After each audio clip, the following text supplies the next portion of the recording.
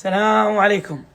إذا معك بكالوريوس أو ماجستير في أحد التخصصات التقنية أو المعلوماتية، إذا كنت تعرف إنجليزي غير مسجل بأي وظيفة تخضع للتأمينات الاجتماعية، عندك جهاز لابتوب سعته 4 جيجا وأعلى، أيضا عندك إنترنت متوفر، ندعوك للانضمام إلى معسكر همة.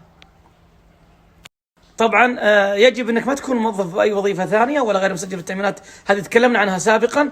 راح تجرى لك مقابله شخصيه وتحديات معينه تعديها، اذا عديتها هذا راح يعطيك ويعزز مكانتك في الحصول على وظائف تتعلق بالامن السبراني.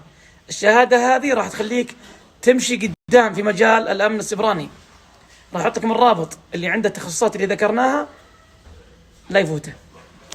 طبعا المعسكر سيقام بالفترة القريبة جدا، لكن ممكن لما ننزل المقطع هذا في اليوتيوب يجي واحد بعد 8 شهور يقول متى يبدأ المعسكر. الإعلان نزلناه حاليا لأن المعسكر سيقام قريب جدا.